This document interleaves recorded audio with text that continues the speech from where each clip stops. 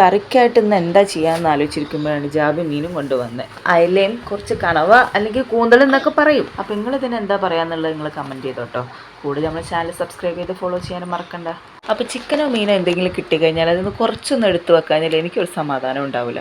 ഇന്നും നാളെ മറ്റന്നാളും ഒക്കെ ഉണ്ടല്ലോ. അപ്പോൾ അതിന്ന് അയില അങ്ങോട്ട് എടുത്ത് 2 ദിവസത്തേക്ക് അങ്ങോട്ട് മാറ്റി വെച്ചു. ശേഷം ആ കൂന്തലെടുത്ത് ഞാൻ അങ്ങോട്ട് വൃത്തിയാക്കാൻ ഒരുപാട് അങ്ങോട്ട് പെട്ടു. ഒരുപാട് കാലമായിട്ട് കൂന്തലൊന്നും കിട്ടിയിട്ടില്ല. അപ്പോൾ അതുകൊണ്ട് കുറച്ച് കഷ്ടപ്പെട്ടാലും വേണ്ടില്ല, നന്നാക്കി എടുക്കാമെന്ന് തന്നെ വിചാരിച്ചു. ഏതായാലും ക്ലീനിങ് കഴിഞ്ഞപ്പോഴത്തേക്ക് ഞാനൊരു സൈഡായിട്ടോ. പിന്നെ അടുത്തത് എന്താ, അതിന് ചട്ടിയിലാക്കണം. അതിനെന്താ ഉള്ളിയൊക്കെ നന്നായിട്ട് വഴറ്റിയെടുത്ത് മല്ലിപ്പൊടി മഞ്ഞൾപ്പൊടി മുളക് പൊടിയൊക്കെ ഇട്ട് നന്നായിട്ട് ഉപ്പൊക്കെ ഇട്ട് വഴറ്റിയെടുത്തു. കൂടെ ഇഞ്ചി വെളുത്തുള്ളി പച്ചമുളക് കറിവേപ്പില കുറച്ച് പെരിഞ്ചീരകം കുറച്ച് കുരുമുളക് പിന്നെ കുറച്ച് തക്കാളിയും കൂടെ ഇട്ട് നമ്മുടെ മെയിൻ സാധനം കൂന്തലും കൂടെ ഇട്ട് നന്നായിട്ട് വേവിച്ചെടുത്തു. സാധാരണ ഇങ്ങനെ റോസ്റ്റ് ചെയ്യലോ ഫ്രൈ ചെയ്യലോ ഒക്കെ ചെയ്ത് കഴിഞ്ഞാൽ അടിപൊളി ടേസ്റ്റാണ്. പഴയതായതുകൊണ്ടാണോ ഞാൻ ഉണ്ടാക്കിയതിൻ്റെ കുഴപ്പമാണെന്ന് അറിയില്ല, മനസ്സോടെ അങ്ങോട്ട് കഴിച്ചു കൊടുത്തു. അപ്പോഴാണ് എനിക്ക് സംഭവം മനസ്സിലായത് കേട്ടോ. എന്തൊരു സംഭവം ചെയ്യുകയാണെങ്കിലും ഇനി ഭക്ഷണം ഉണ്ടാക്കുകയാണെങ്കിലും അത് മനസ്സറിഞ്ഞ് അങ്ങോട്ട് ചെയ്താൽ അതിൻ്റെ റിസൾട്ട് അടിപൊളിയായിരിക്കും. ക്ലീനാക്കി മടുത്തപ്പോൾ തന്നെ അധികം ഉത്സാഹമൊന്നും ഉണ്ടായില്ല ഉണ്ടാക്കാൻ. അതുകൊണ്ടെന്താ എനിക്കൊരു മെസ്സേജും കിട്ടി. അപ്പോൾ മറ്റൊരു വീഡിയോയിലൂടെ കാണാം. ബൈ.